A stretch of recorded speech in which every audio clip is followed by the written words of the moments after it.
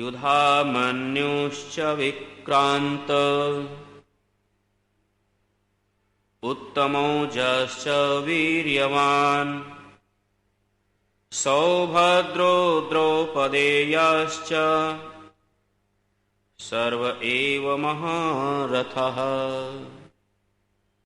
अस्माकं तु विशिष्टा ये तान्निबोध द्विजोत्तम नायकामं सैन्यस्य संजार्थं तान् ब्रवीमि ते।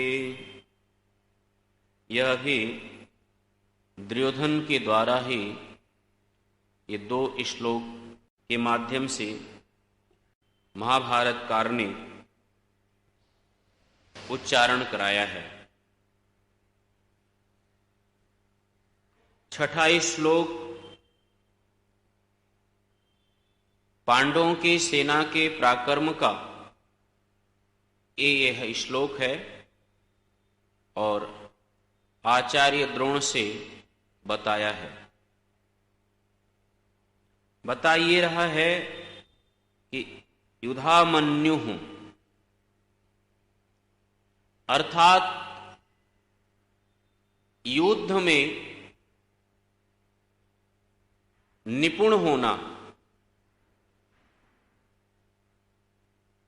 एक शब्द है मन्युः।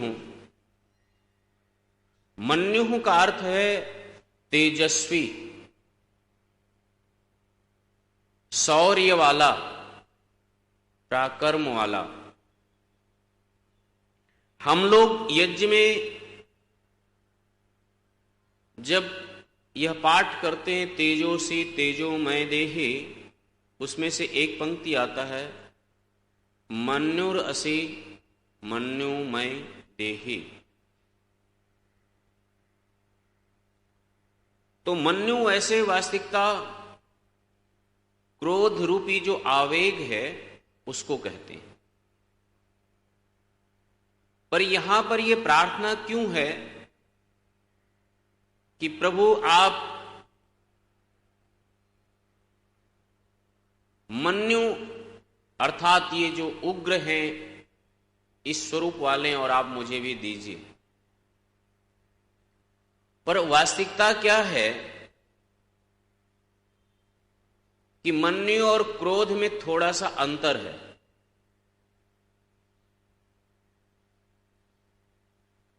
एक का क्रोध होना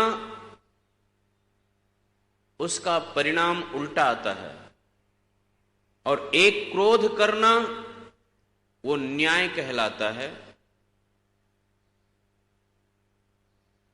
जिसमें विवेक हो, बुद्धि हो, धर्म हो या धर्मानुकूल जो क्रोध किया जाए,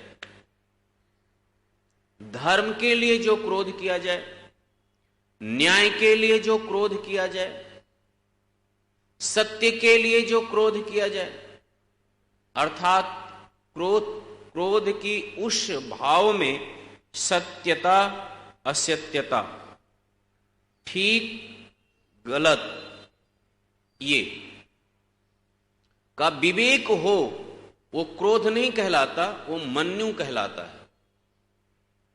और जिसमें विवेक ना हो,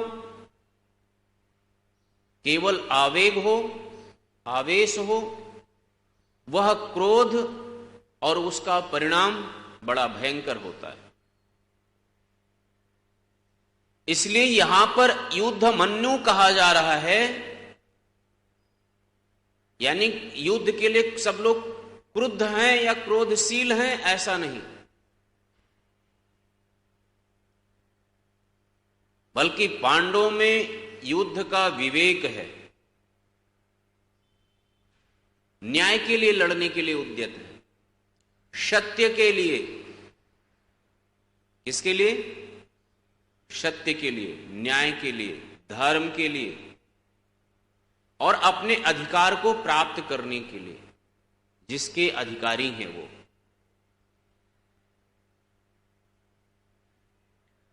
तब उस न्यायालय की एक व्यवस्था थी राज्य तंत्र की कि राजा का ज्येष्ठ पुत्र ही राजगद्दी पर बैठे, यदि वह योग्य है, सबल है। तो यदि इस नियम को देखा जाए तो इसके अधिकारी कौन है जी? युधिष्ठिर हैं। लेकिन किन्हीं कारणों से गद्दी पर बैठाया गया किसको? धृतराष्ट्र को।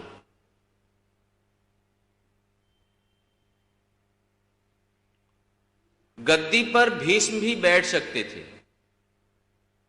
लेकिन उनकी प्रतिज्ञा थी कि मैं हस्तिनापुर की इस गद्दी की रक्षा तो करूंगा पर गद्दी पर बैठूंगा नहीं। फिर विकल्प कुछ और नहीं था, अधिकार दिया गया धृतराष्ट्र को। और यह हुआ कि जब तक पांडवों के पुत्र बड़े हो जाएं, बालिक हो जाएं, इस पर बैठने के लिए योग्य, तो उनका राज्य तिलक हो जाएगा। धृतराष्ट्र अंगविहीन है और अंगविहीन होने से, विकलांग होने से राजगद्दी पर बैठने का अधिकारी नहीं है राज्य के नियमावली के अंतर्गत। किसके अंतर्गत? राज्य के।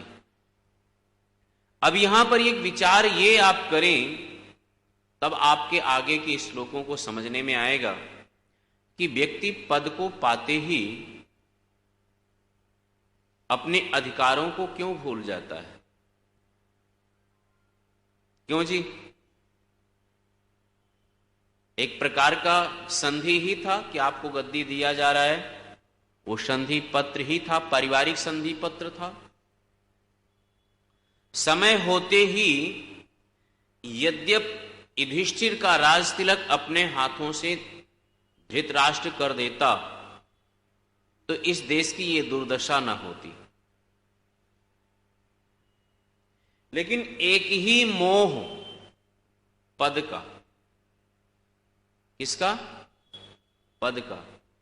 और गद्दी पर बैठने का जो अहंकार हुआ अंदर, क्या हुआ? अहंकार हुआ पहला। और ये मान लीजिए कि संसार के जब प्रलोभन व्यक्ति को ऐश्वर्य प्राप्त होता है तो उस ऐश्वर्य का जो नशा होता है उसमें विवेक काम नहीं करता।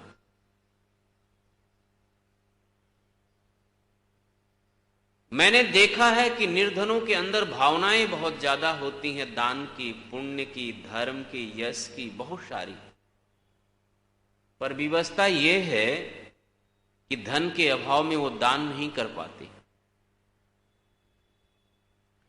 और फिर कुछ वर्ष बाद मैंने उसी व्यक्ति को धनवान बनते देखा है। और जब वो धनवान बन जाता है तो फिर मैंने उसकी भावनाओं को टिटोला, तो जो पहले था भावना अब वो नहीं है। क्या नहीं है? अब नहीं है। तब कहता था कि जब मेरे पास एक एक पैसे नहीं थे तो हम लोग एक एक पैसे को तरसते थे, अब पैसे हो गए तो इसकी कीमत मुझे पता है।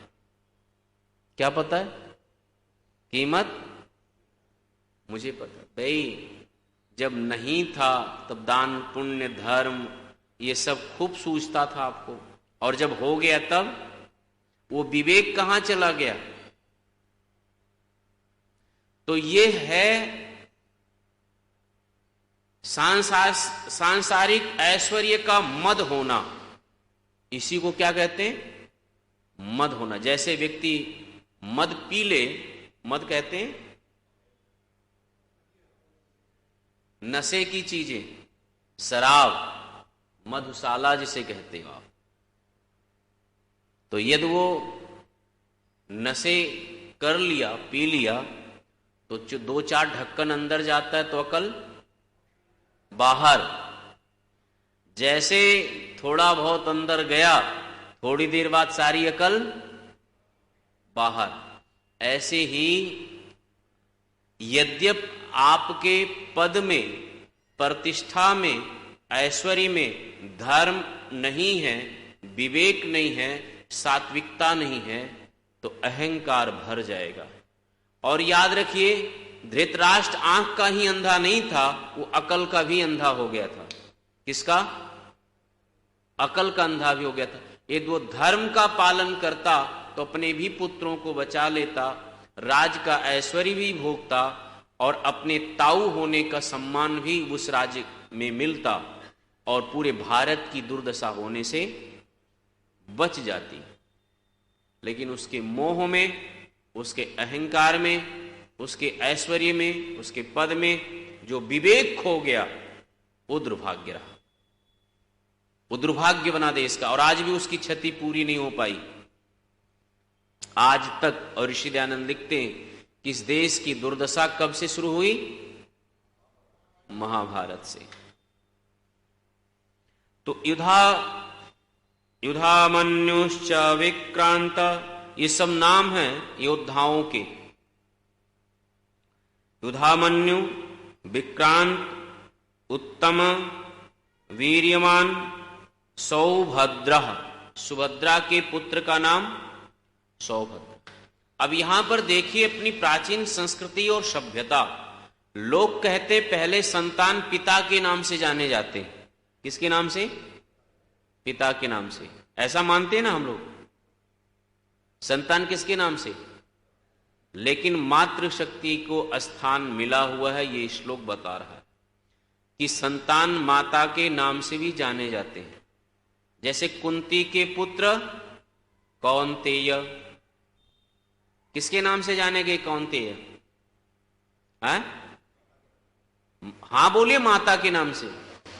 सुमित्रानंदन किसके नाम से? लक्ष्मण का परिचय देते हुए राम ने क्या बताया, क्या संबोधन किया है? हे सुमित्रानंदन। अब लक्ष्मण किसके नाम से जाने जा रहे हैं? मां के नाम से। तो हमारी संस्कृति में माता का स्थान पिता से कम कहां है, और शायद बहुत सम्मान दिया है। सत्यकाम जाबाल अपने नाम के आगे अपनी मां का नाम लगाया है, पिता का नाम है ही नहीं है। उपनिषद में सत्यकाम का आप लोग पढ़ते होंगे, स्वाध्याय किया होगा, बहुत प्रसिद्ध नाम है, तो मां के नाम से जाना जाता है। ऐसे ही यहां पर सौभद्र, सुभद्रा का पुत्र सौभद्रा कौन? अभिमन्यु।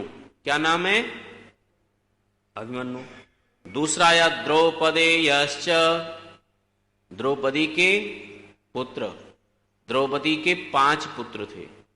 कितने? 5 पुत्र। तो ये द्रौपदी के 5 पुत्र भी उस युद्ध में पांडवों की तरफ से खड़े थे। कुंती के, सुभद्रा के और द्रौपदी पति के। सर्वे एव महारथः, महारथी किसको कहते हैं? महारथी की संज्ञा कब प्राप्त होती थी योद्धाओं को? तो एक श्लोक आता है, उसका भाव यह है कि एक अकेला व्यक्ति 10,000 धनुर्धरों से युद्ध कर सके। अकेला। कितने? 10,000 व्यक्ति जो धनुर चला रहे हो, अकेला खड़े होकर के चला सके। अब आज के उदाहरण में यदि आपको समझना हो तो इस प्रकार से समझ सकते हैं कि जैसे कोई छोटे छोटे बंदूक को लेकर के खड़े हों और उसके सामने अकेला व्यक्ति कोई तोप लेके खड़ा हो जाए, तो छोटे छोटे गन को लेकर के खड़े हैं और उसके सामने सेना का एक पक्ष तोप लेके खड़ा है, तो वो तोप कितनों पर भारी पड़ेगा? तो ऐसे पहले अस्त्र शस्त्र जो चलाए जाते थे, उसमें से कुछ अस्त्र और शस्त्र दिव्यास्त्र कहे जाते थे। तो जो ये दिव्यास्त्र प्राप्त कर लेता था तो वो 10,000 क्या 20,000 पर भी भारी पड़ सकता था। किस पर? 20,000 पर। अब ये तर्क संगति कल्पना विचार से ये बातें प्राप्त होती हैं सब। ऐसे सामान्य रूप से कोई कह दे अकेला व्यक्ति 10,000 से लड़ सकता हो, तो आप ये समझेंगे ये असंभव बात है, ये नियम के विरुद्ध बातें हैं, ये तो शायद प्रलाप है। पर ऐसा नहीं है।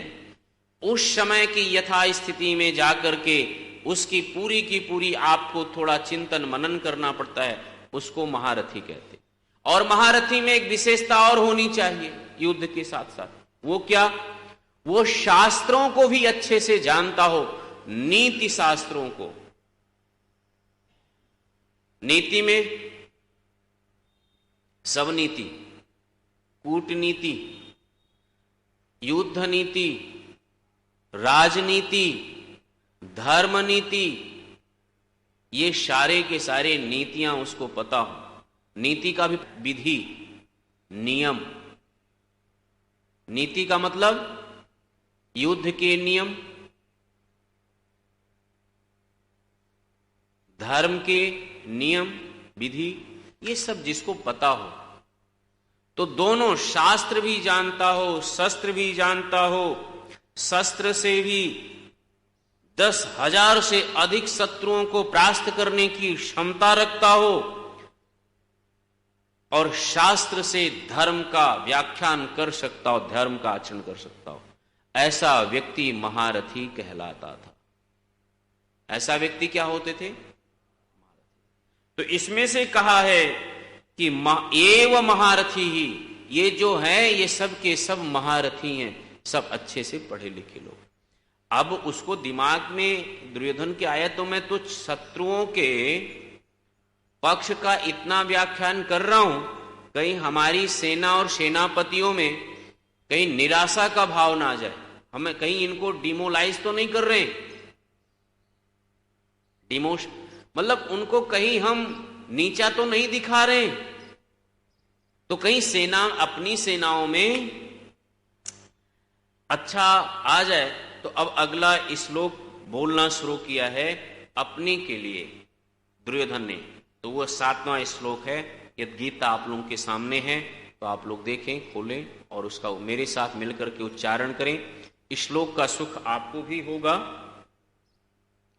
श्लोक का सुख आपको भी होगा। इसमें दूसरा अध्याय देखो, पहला अध्याय का 7वां श्लोक,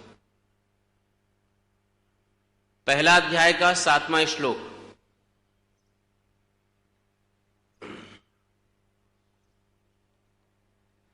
अस्माकं तु विशिष्टाये तान्निबोध द्विजोत्तमम्। मेरे साथ बोल रहे, अस्माकं तु विशिष्टाये तान्निबोध द्विजोत्तमम् नायकामं सैन्यस्य संजार्थं तान् ब्रवीमि। अस्माकं तु विशिष्टाये तान्निबोध द्विजोत्तमम् नायकामं सैन्यस्य संजार्थं तान् ब्रवीमि। ओम, ये श्लोक है। अभिप्राय है, हे द्विजोत्तम, ले रही हाथ में, ले रही, हाँ पढ़ो, देखते रहेंगे श्लोक तो समझ में आएगा।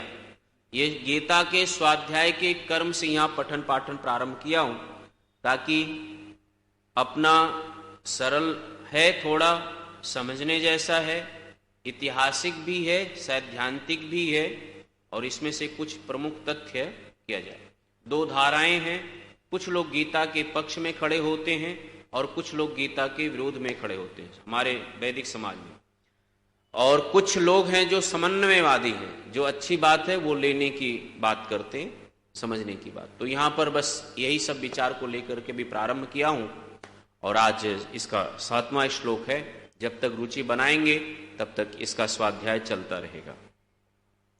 तो 7वां श्लोक में अभिप्राय ये है कि एक है द्विजोत्तम, दुर्योधन द्विजोत्तम द्रोण के लिए बोल रहा है। किसके लिए? द्रोण के लिए। तो द्विजोत्तम उसे कहते हैं जिसका 2 बार जन्म हुआ हो। कितनी बार? 2 बार जन्म हुआ, उसको द्विज बोलते हैं। तो जैसे एक बार अंडा हुआ और अंडे से फिर चूजा पक्षी होता है, तो हर पक्षी जो अंडे देते हैं वो सब द्विज हैं, ऐसे माना जाए तो क्या द्विज है, 2 बार जन्म हुआ। ऐसे मनुष्य का जन्म 2 बार, लेकिन ये इस अर्थ में नहीं है कि शरीर उसका पैदा होता है, बल्कि एक बार तो शरीर से जन्म होता है और दूसरा उसका ज्ञान के दृष्टि से जन्म होता है। जब हम लोग उपनयन उपवीत पहनते हैं तो वो गुरु के गर्भ में पैदा होता है, गुरु के गर्भ में चला जाता है, यानी पितृ कुल में रहता है, पितृकुल से फिर वो गुरुकुल में जाता है और गुरु के कुल से भी शिष्य का नाम जाना जाता है। किसके नाम से? तो एक संतान का पहचान पिता के नाम से, माता के नाम से, गुरु के नाम से, और चौथी बात है वंश के नाम से। जैसे मैं सूर्यवंशी राम, क्या परिचय देते हैं? मैं रघुकुल शिरोमणि राम। तो ये कुल के वंश से नाम का परिचय बताया गया। भाई सूर्य का वंश था, उसके नाम से परिचय दिया जा रहा है। फिर दूसरा जैसे दासरथी, दासरथी राम, मैं दशरथ पुत्र राम, तो दशरथ पुत्र को दासरथी कहते हैं, ये पिता के नाम से परिचय दिया गया। ऐसे पांडु के पुत्र पांडव, पांडु के पुत्र पांडव, कुंती के पुत्र कौन्तेय, अब माता के परिचय से दिया गया। सुभद्रा के पुत्र सौभद्र, द्रौपदः। तो इस प्रकार से माता के नाम से संतान की पहचान, पिता के नाम से संतान की पहचान, कुल परंपरा के नाम से संतान की पहचान, और गुरु के नाम से भी संतान की लोग अपना पहचान देते हैं, परिचय देते हैं। और ये सब हमारी परंपरा है कि आप जिसके द्वारा पहचाने जाते हैं, यश कीर्ति पताका आपका जिसके निर्माण में योगदान अधिक रहा हो, उसके नाम से जाने जाते हैं। इसलिए देखो, ध्यान से देखिए, आप समझिए इस बात को। कौन्तेय क्यों कहा गया? क्योंकि माता कुंती का ही योगदान है बच्चे के निर्माण में। किसका योगदान है? माता कुंती का। तो बालक के निर्माण में माता का जब ज्यादा योगदान होता है तो वो बालक माता के नाम से जाना जाता है, उसकी पहचान बनती है। यदि बालक के निर्माण में पिता का योगदान अधिक है तो पिता के नाम से जाना जाता है। दूसरा, उस बालक के निर्माण में गुरु का योगदान है तो उसे, और केवल उच्च कुल में, खानदान में, वातावरण में पैदा हो गया है और वहां उसका निर्माण हुआ, सबके सहयोग से, सबके योगदान, किसी एक विशेष नहीं दे पा रहा है, तब वो अपने कुल से जाना जा रहा है, पहचाना जा रहा है, बताया जा रहा है। आया समझ में जी? ये बात समझ में आ रही है? हाँ, जैसे कोई प्रधानमंत्री के नात बात रिश्तेदार में पैदा हो जाता है तो किसका परिचय देता है? क्यों देता है? तो उससे पहचाना जा रहा है। अमुक डॉक्टर हैं, बता रहे मैं उनका भतीजा हूं, बाप भूल गए, माता भूल गए। प्रसिद्ध डॉक्टर शहर में हैं तो बता रहे मैं उनका, क्यों पहचान दे रहे हैं इनसे? तो ऐसे पहचान देना एक। दूसरी बात, कभी कभी पहचान देने का अभिप्राय यह भी होता कि संदर्भ विशेष पहचान दिया जाता था। संदर्भ विशेष क्या? युद्ध भूमि में खड़े हैं, भाई तुझे युद्ध विद्या किसने दी? तो ठोक कर कहा मैं द्रोण शिष्य अर्जुन। कर्ण से पूछा गया तुझे युद्ध विद्या किसने दी? तब कहता है परशुराम शिष्य, परशु का शिष्य मैं कर्ण। तो संदर्भ विशेष, स्थिति विशेष में भी परिचय दे रहे हैं। जहां जहां जैसी जैसी संदर्भ विशेष आवश्यकता लगा उसका परिचय दे दिया। राम को लोग कहे ये तो वनवासी है, क्या है? वनवासी है। तब कह रहे हैं नहीं, मैं तो सूर्यवंशी श्री राम हूं, दशरथ नंदन। तो परिचय उन्होंने वहां परिचय देना पड़ा कि भाई मैं ऐसे मत समझो मुझे, जहां से मैं होते हुए आया। तो इस अनुसार भी परिचय देने की हमारी परंपराएं हैं और ये शास्त्र अनुकूल है परिचय देना। और कभी व्यक्ति देश के नाम से भी जाना जाता है। किसके नाम से? आर्यावर्त में रहने वाला आर्य, आर्यावर्त में रहने वाला आर्य। कभी कभी गुणों के नाम से भी व्यक्ति जाने जाते हैं। किसके नाम से? गुण के नाम से। अब भाई आर्य क्या है? गुणवाची नाम है जिसमें श्रेष्ठता है, नम्रता है, विनम्रता है, दान की भावना है। तो लोग कहते हैं दानवीर, युद्धवीर, गुणों के नाम से उसका परिचय दिया जाता है। अर्थात मनुष्य में विशेषता कुछ होनी चाहिए परिचय देने के लिए। क्या होनी चाहिए? हां, ऐसी विशेषता हो आप में जिसका आप परिचय दे सको। कुछ तो विशेषता लिए हुए हो। यदि विशेष कुछ है नहीं तो अवशेष का नाम तो ही पशु पक्षी है। यह आत्मचिंतन है। क्या? यह आत्मचिंतन का पक्ष है। यदि आपके अंदर कुछ विशेष नहीं है तो सामान्य को क्या कहेंगे? पशुवत। तो यहां द्विजोत्तम कहकर के दुर्योधन ने द्रोण को जगाया और कहा, द्विजोत्तम, अर्थात आप सेनापति हैं और क्षत्रिय के रूप में अब खड़े हैं। आप दोनों उभय पक्षी व्यक्ति हैं। भले आप आकर के कौरवों की तरफ से खड़े हैं, लेकिन आपकी मनोदशा कैसी है? भाई पढ़ाया होगा, गुरुकुल में रखा, सजाया, सवारा, निर्माण किया और सबसे प्रिय शिष्य सामने अर्जुन खड़ा है, तो द्रोण के लिए तीर चलाने के लिए कहीं ना कहीं हृदय में कोई कोमलता तो होगी, नहीं होगी? है? अभी आगे की श्लोक बड़ा विशेष है। समय हो गया, बहुत जल्दी समय हो जाता है, यहां पर भी संकेत होता है।